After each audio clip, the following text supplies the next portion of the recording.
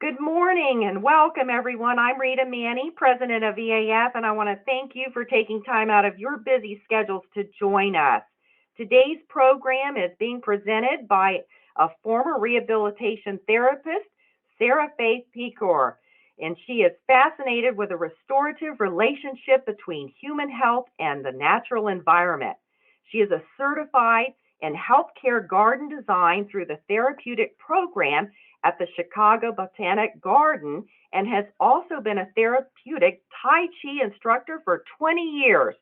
Through her nonprofit organization, Seeds of Inclusion, Sarafaith seeks to benefit people of all ages and abilities through the adoption of healthy lifestyle practices and therapeutic programs that connect people to nature. In 2019, the University of Florida, IFAS, granted Sarafaith the FLL Outstanding Educator Collaboration Award for summer work experience program that she directed for a group of blind, visually impaired teenagers with additional intellectual disabilities such as autism and Down syndrome. It is my pleasure to turn the program over to Sarafaith. Take it away, Sarafaith. Well, good morning, everyone. I am Sarafaith Pekor, and first of all, I would just like to thank Rita for that wonderful introduction and for the opportunity to be here with you all today. Also would like to thank Tanya Algie for all the assistance that she's given me in preparing. And thank you for taking time out of your busy lives and your busy focus on human resources and helping employees and employee life be better.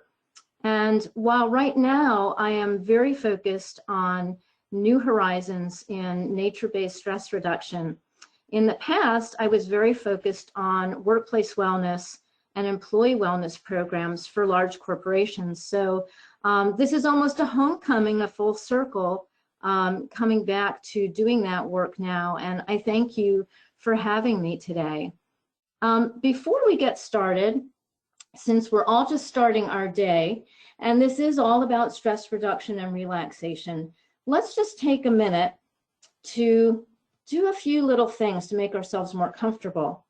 I'm going to give you a little exercise you can do anytime. I call it cat's feet, and you can use your own feet. I know you're not cats, but use your own feet.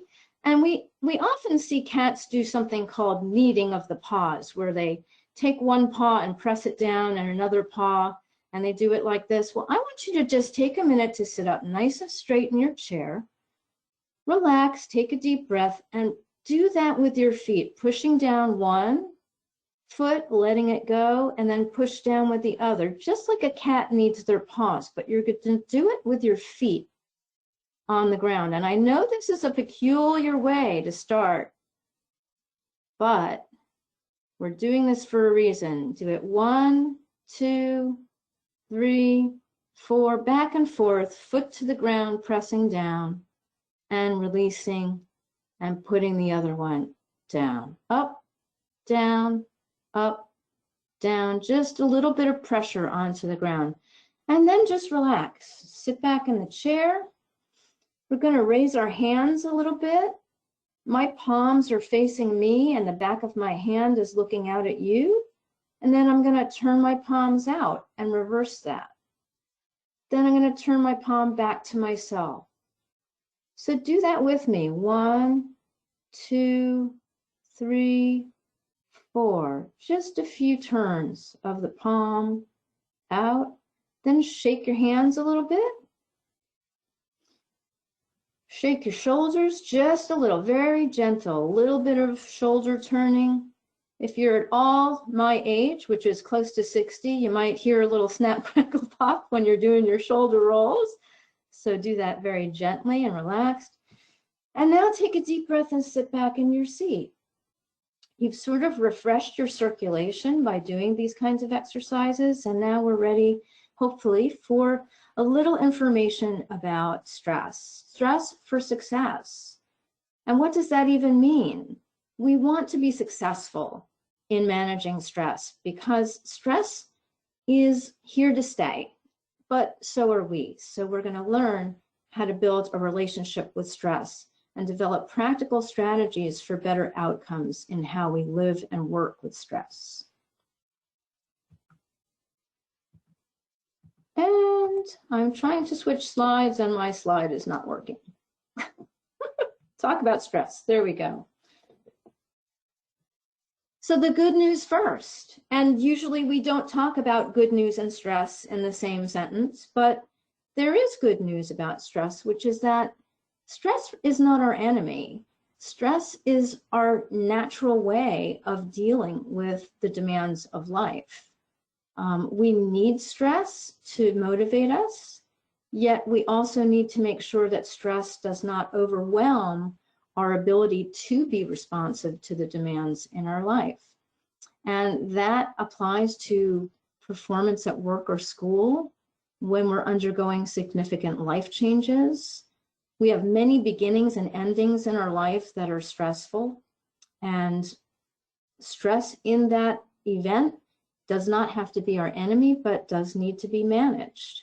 Achievement and opportunity, it comes with positive stress, it comes with difficult stress. Health challenges, dealing with the stress of navigating through those. Dealing with change. These are all parts of life that are natural, and stress is natural. So that's the good news first about stress. Not all stress is bad. There's actually a fancy word for the good kind of stress. It's called eustress. E-U-S-T-R-E-S-S. Eustress is positive stress, like when you're training for a marathon or you've got an exciting opportunity to rise to. Stress motivates us. It builds us up. It makes us reach higher. It makes us want to do better. So not all stress is bad. We tend to fixate and focus on the parts of stress in our lives that are uncomfortable, but stress actually has two sides. And it does affect everyone. There isn't a person, no matter how polished or confident they may seem, who is not living with stress. And I think after the past 2 years, we've all been living under extraordinary stresses. And so it's ever more important for us to refresh our ideas about what stress is, how to handle it, what we're doing well, and what we can do better. And this applies so much more, I think, in our work life, because we spend a tremendous amount of our time and our life interacting in our work life, in which we encounter all different kinds of stress. There's emotional stress, there's social stress, there is vocational stress, there's environmental stress, many different kinds of stress. We're always adapting to it. We're always in it. We're also sometimes causing it. So it's important for us to begin to think about stress as something that's interactive, not just something that happens to us. And more good news and what I call fun facts about stress is that stress can be managed. Stress is a resource within you, and resources can be managed. So if we take that approach to living with stress in our life, it changes our perception and our relationship about what stress is and how we need to deal with it. Those are the fun facts about stress. And then there's some not so fun facts about stress. And this is information that I'm sure you've all encountered in many different ways, personally, professionally, intellectually. The body, the mind, our emotions, and our behavior all are expression points for stress. When we're handling stress well, we tend to express ourselves well. When we're not handling stress well, it becomes symptomatic. And some of the symptoms that we find, body, mind, emotion, and behavior, these are just a very, very few. This is a topic that I do like to talk about in greater detail when I do more personalized work. But these are some of the bases, and we'll all recognize ourselves in some of these lists. That stress manifests in the way that we feel and in the way that we act. And an organization as a whole can be impacted in a way that All of these elements add to the culture of the organization. So just as individuals are well served to manage stress in their lives, so are organizations, because what influences individuals acts out in the interactions and in the work that's done, the quality and the performance of the work and the experience. So those are the not so fun aspects of stress. This slide gives you this arc. When we talk about there being positive stress and negative stress, the absence of stress is actually not a good thing. I think a lot of us kind of dream, oh, wouldn't I love to have no stress in my life? Well, if you have no stress in your life and you're all the way to the left on this arc, you have no awareness, you are unstimulated, unmotivated, you're bored, you're very, very comfortable with very little. And that doesn't make for a good quality of life. And if we're talking about workplace life, that certainly doesn't make for a vibrant workplace culture when there isn't any stress. So if you move up on that curve where motivation and healthy pressure begins to activate people and bring them to life, everything is going good until you reach that top of peak performance. And then when we tip over into the red and stress becomes overwhelming and our ways of maintaining resilience begin to run out, maybe we lose our ability to produce novel responses to how we're feeling in stress, we begin to have both discomfort, and we also unfortunately often cause discomfort, because within that uncomfortable place, we tend to express ourselves and interact in ways that become less productive. So I think we're all familiar with these very small increments, and we know that between all of these words, there are volumes of challenges that we deal with as individuals working, but as HR professionals, you're dealing with en masse in ways that companies are feeling big impacts. The CDC recently put a report out that talked a lot about depression and anxiety and the tremendous rise in that problem over the 2 years that we've been dealing with COVID. And I can only imagine that as HR professionals, you feel committed to trying to find ways to help employees manage, and it can be very difficult. So the mind-body connection, how does that relate to stress?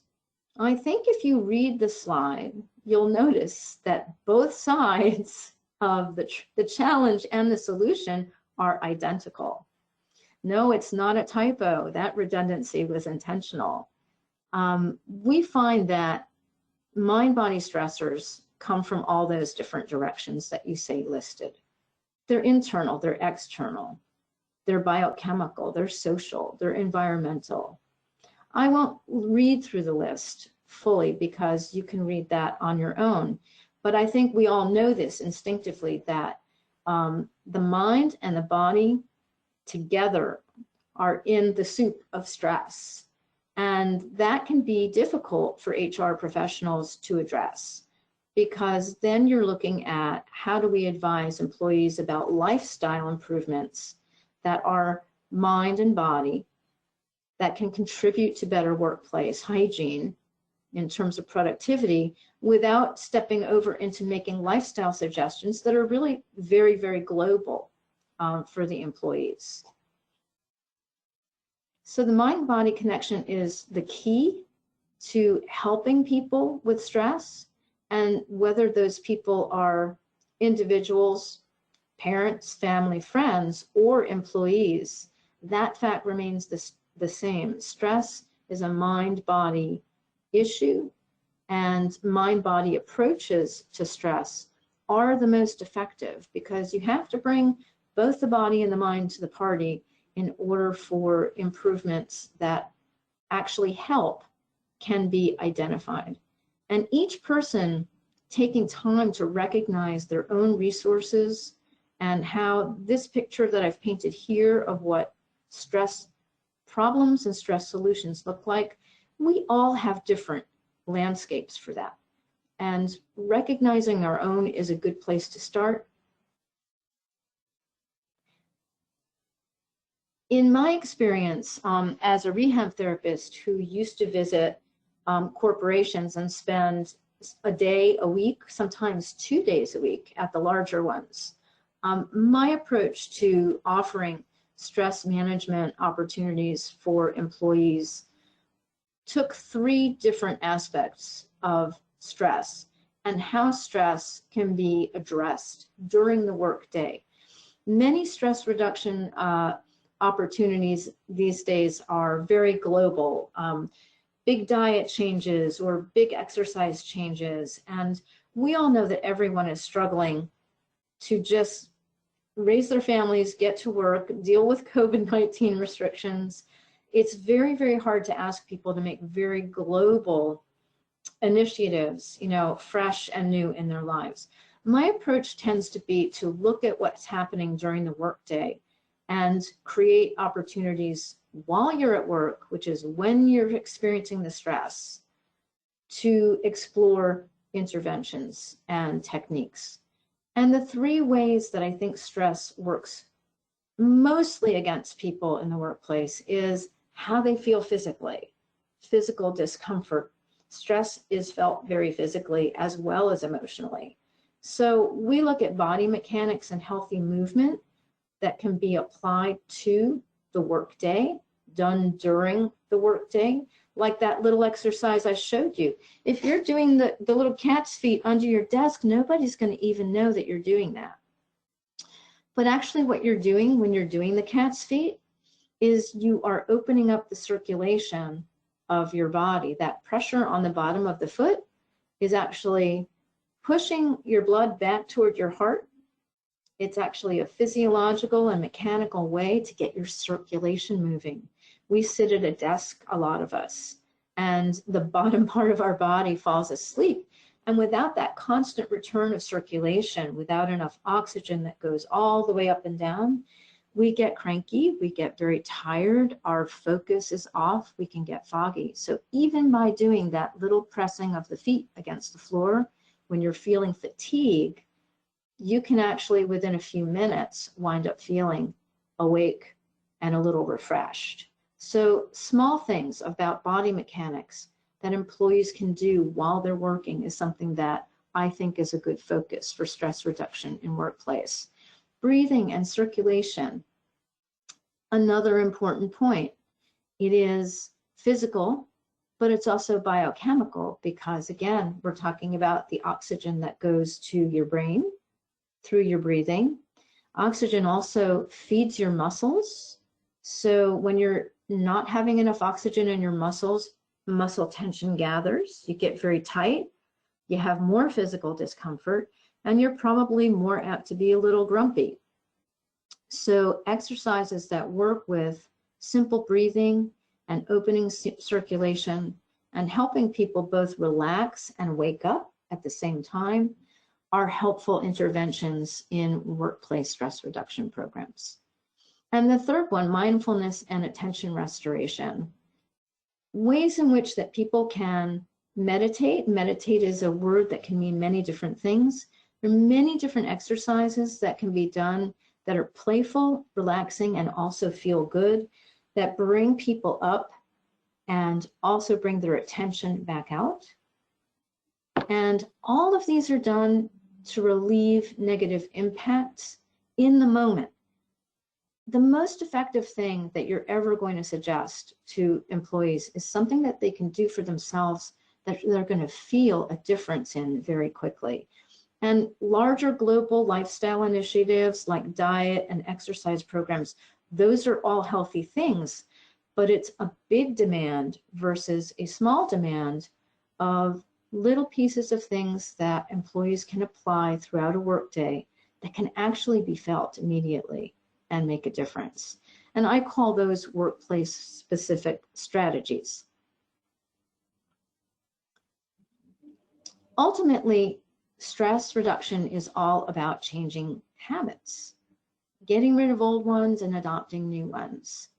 And when you encourage employees to adopt simple things, simple changes, simple practices, and explore in a creative way ways to make themselves feel better through the day, that can be a very powerful thing for individual employees, and it can often invigorate an employee culture as well.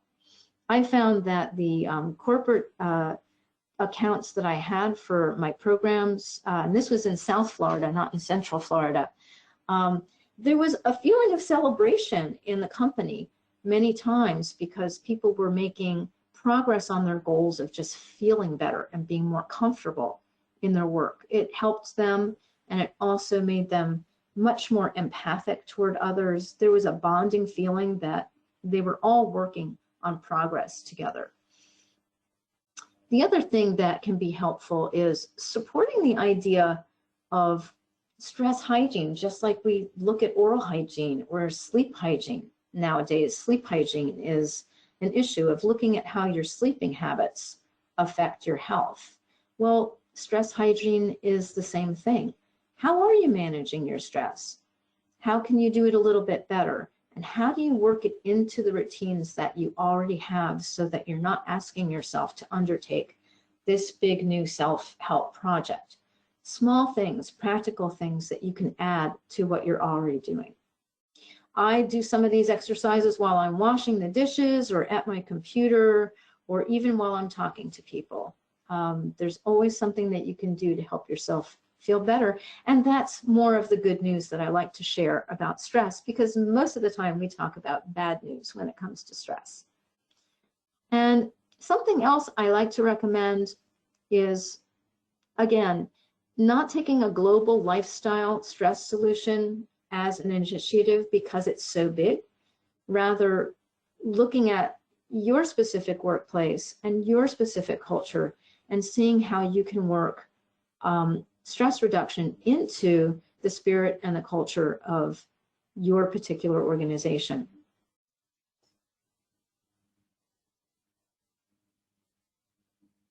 And I really like the idea, and I will be focusing on this with my organization next year, encouraging companies to do promotions like a 30-day stress makeover. It takes 30 days to change a habit. So a campaign for everybody to do something that changes stress in their lives, and for a company to take that on together, is something that I would like to see for next year, particularly in response to all the CDC information that's coming out about how stress is affecting people. And this idea just sort of gives the organization this opportunity to take stress on as an organization, as a team, to adopt it, and to encourage employees to learn and practice new things and make a difference right there at work. That can also make a difference at home, because anything that you can practice in small ways in one environment is transferable, and the benefits can be felt on all those levels of life. But the company-wide effort can really help provide some education, remove stigma, because if everybody's in it together, everybody's acknowledging the elephant in the room of stress together, and everybody's working together to explore some new and novel approaches to wellness and stress reduction, it can be very invigorating and uplifting. And 30 days is a wonderful way to limit it, to say, we're not asking you to reduce your stress and be a better employee over a year. We're just saying, let's do this thing for 30 days and let's see what kind of difference we can make in ourselves and our company.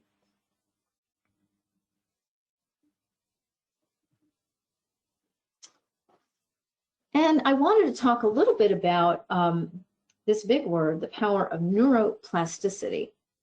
You know, a lot about changing habits has to do with opening your mind to the fact that you're able to do more than you think you can. And of course, these days, we are all quite overwhelmed with so many things. We're being superheroes every single day with everything that we're accomplishing for our families and for our communities and for our jobs. But we tend to become very routine in how we are trying to achieve everything. And we follow the same pathways of how we do things. And after a while, we become less effective because we're not trying out anything novel.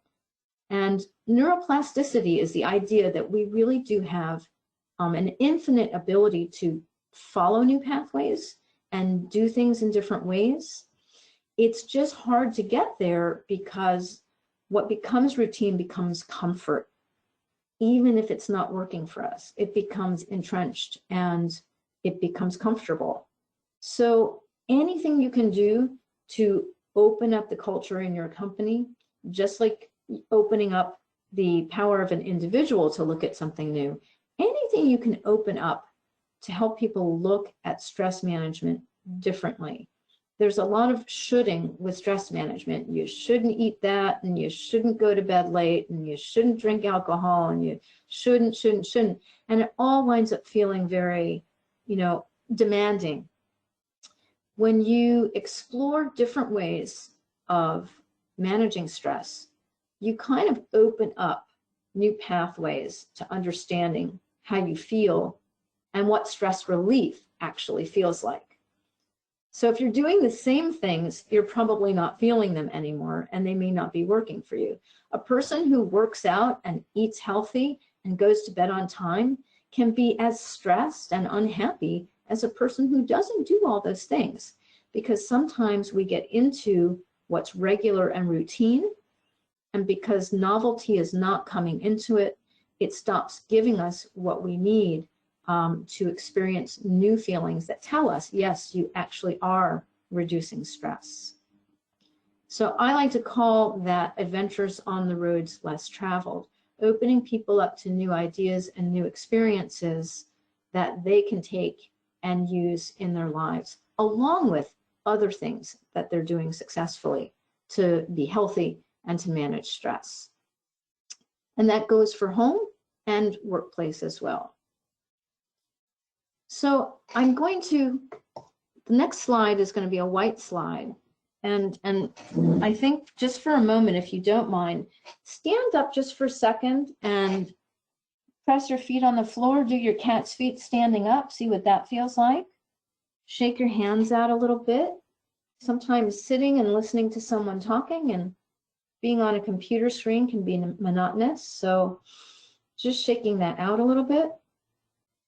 And I wanted to share with you that one of the new ways in which over the past 10 years I've begun to focus on stress management does have to do with interacting with nature. And there is a tremendous amount of clinical evidence that bears out that any stress reduction activity that you can do that also includes having some kind of contact with the outdoors is much more effective.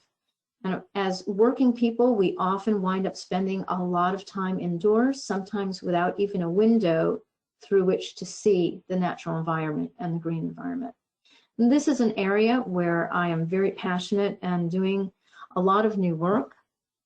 And one of the exciting things I discovered is that nature has such tremendous capacity to be restorative to the senses in ways that actually impact our performance, that you don't even have to be outdoors, that even looking at pictures of nature can be impactful and very restorative to your attention, to your relaxation, and to your sense of empathy toward yourself and toward others.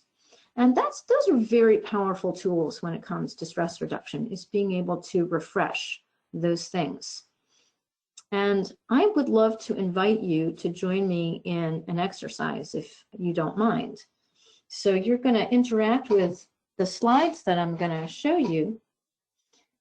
And my suggestion is, for now, is to sit in your chair and try to sit up straight. Most of us aren't comfortable sitting up straight because out of stress, we've learned a lot of ways to slump and hang over and getting comfortable in chairs over time is a hard thing. But truly the best way to relax is to become comfortable with good posture. And we work in retraining that in some of the ways that I've mentioned prior. So right now we're going to try something like that. So sit both feet on the floor and sitting up in your chair so your spine is as straight as possible. You're just going to relax your shoulders, make sure your jaw and your face are relaxed. And we're just going to look at a series of photographs, and I'm going to take you through the way you can breathe to help yourself relax a little bit better. You're going to take one hand and you're going to put it on your heart, and you take the other hand and put it right on your belly, and just relax it and be comfortable. And before I start the slides, we're just going to practice taking a breath in for a count of 3. Breathe in for 1, 2, 3, and let it out for 1, 2, 3. One more time. Breathing in deeply, 1, 2, 3. Let it out deeply, 1, 2, 3. Now, take a look at the slide and take a deep breath in for 1, 2, 3. Breathing out, 1, 2, 3. Relax a little bit more in your chair. Let your shoulders drop a little bit. Relax your jaw. We hold a lot of tension in the jaw and the neck. Hand back at the heart. Take a breath in. 1, 2, 3. Let it out. 1, 2, 3.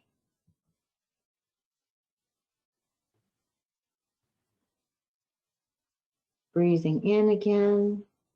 Look at the color.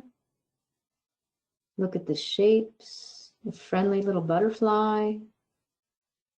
Breathing in and letting it out. 2, 3. Breathing in. 2, 3.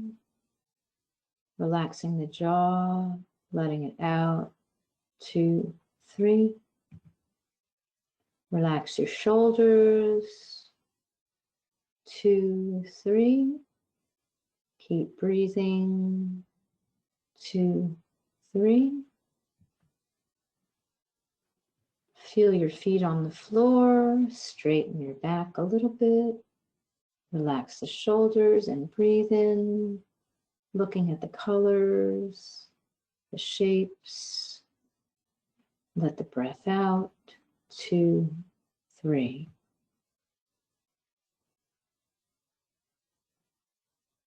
Breathing in. 2, 3. Breathing out. 2, 3. Breathing in. 2, 3. Breathing out. 2, 3. Last slide. Nice deep breath in. 1, 2, 3. Slowly let your breath out. Soft, relaxed jaw. Relaxed, dropped shoulders. You can put your hands in your lap.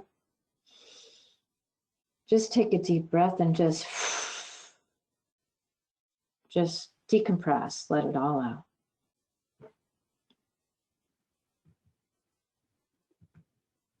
And that is the last slide in the presentation.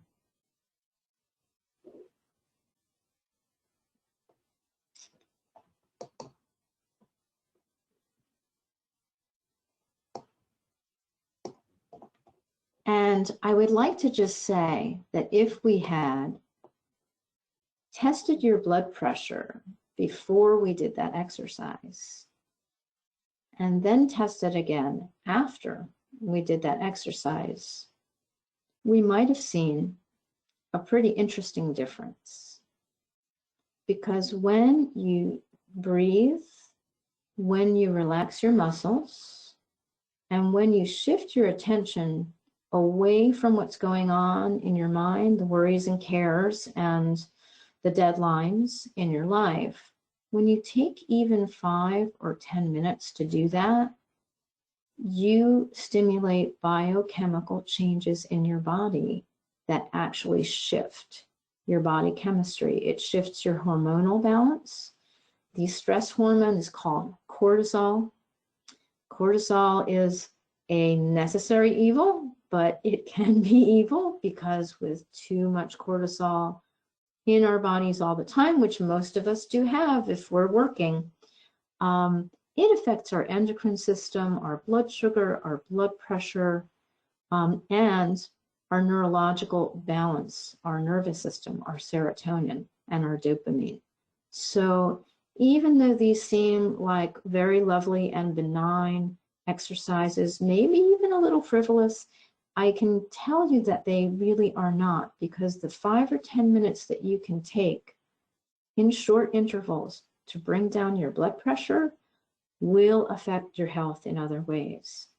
Bringing down your cortisol levels will affect your nervous system in ways that you can feel the difference. So, as well as practical exercises, the nature-based exercises that I can help employees learn how to do on their own are things that they can do in short periods of time to change their mental state and also stimulate changes in the body. That is a comprehensive way. Through this presentation, I've given you many different ways in which I've come to see value in stress reduction for the workplace. And I thank you for following the presentation. Are there questions, and is there an opportunity to, have conversation? Thank you so much, Sarafaith. This is Rita. I'm looking to see if anyone has questions. You can submit those now. We really appreciate the ability to have that moment as Tanya and I are sitting here doing that. You can definitely feel that weight go in those, 1 minute exercise. And so that's a wonderful reminder of the small things. And I really love that you focused on things that we can do every day to incorporate, because the big, those big global things, I'm going to go on this major diet and I'm going to lose those 30 pounds and I'm going to do that by next month or in my New Year's. Those are harder to achieve, and they sometimes can be frustrating. So I really appreciate the reminder of these small things that we can do to really make an impact, getting up and just moving, working. So I do have a question from one of our members here. Do you offer programs or services to employers to share with employees? That's a wonderful question, and I thank you for it. Right now, we are discussing the initiative that we are passionate about putting together for 2022. We do want to offer employer programs and support for employees, and those we envision including opportunities like this to meet virtually with groups and teach skills and have experiences that reduce stress. It could be weekly, it could be monthly. We also would love to bring small groups of employees out into some natural environments to have those experiences, little retreats. It can be an hour, it could be a few hours. We can even come to an office and bring people outdoors where that office exists and use the existing landscape to teach how that can be used as a resource for them to reduce stress just by taking a walk outside, and not just walking, but doing some interesting interactive exercises that puts them into a really different state before they go back to work. So yes, the answer is yes. We are very excited about doing that. Very good. So yes, we have some interest there, and I'm going to, have you reach out, Sarafaith, privately to this member after the program. So tell us a little bit, if you wouldn't mind, how you have worked Seeds of Inclusion, because I'm also very excited, and I know you're passionate about your nonprofit, just to share how that has worked and what you do and what your focus is, because I think that's important as well. Well, thank you so much for asking, because it's my favorite subject. Many of us, who have been working, being almost 60 years old myself, I've been working since I was 15. And my attitude toward work my whole life, and I have not always had easy jobs, but work has been essential to my happiness. Activating, engaging, social. Work really gives us tremendous opportunity to develop ourselves. And I began working recently, within the past 5 years, with people with diverse abilities. I started out working with people who are blind and visually impaired, and I began teaching them Tai Chi, actually, which was a very unique experience for me as a Tai Chi instructor, to adapt Tai Chi movement and to be able to express that in a non-visual way so that I could teach that skill and have my audience receive those benefits. And that was for the employers and the employees of Lighthouse Central Florida. And through my partnership with Lighthouse Central Florida, Seeds of Inclusion has really grown. We began to use horticulture and gardening activity as a therapeutic intervention for young people with blindness and additional disabilities that were developmental. And we did that by creating a work experience. So it brought together my passion, which has been lifelong, for work. And as a rehab therapist, I focused a lot on making life better in the workplace for people. And now I'm very focused on creating opportunity and possibilities for people who are being kind of marginalized out of the workforce because they have different abilities.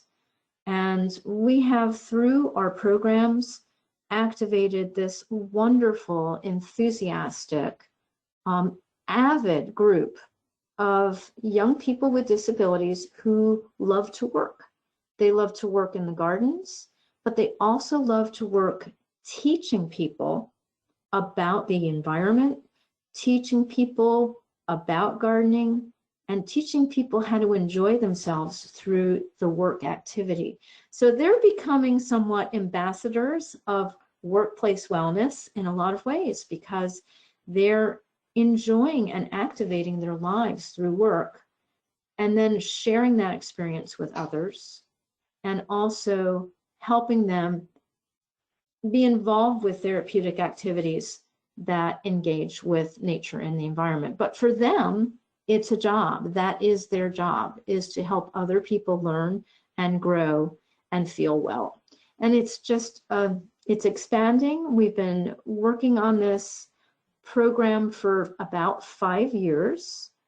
And because of the tremendous results we're seeing and the feedback from the families, the schools, and the therapists that support these young people, we decided that even though starting a nonprofit during a pandemic is probably not the easiest thing in the world, we decided to go ahead just this year and formalize what we do into a nonprofit organization that is called Seeds of Inclusion Incorporated.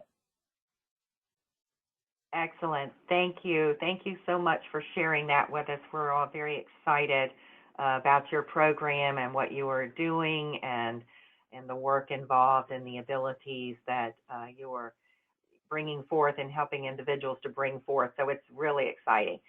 I don't have any other questions, but Sarafaith, you've been very generous of your time, and also just want to let our members know that we will be able to have a link to the recording of this webinar that we will make available to all members, and we'll also put that in our members only section of the webinar website under webinars. So thank you again, everyone, for taking your time. And I hope everyone practices some of these right away, put it in motion today, and so everyone will have a wonderful and stress for success through particularly the upcoming holidays. So with that, thank you, Sarafaith, and thank you everyone for being part of the program today. Thank you so much for having me.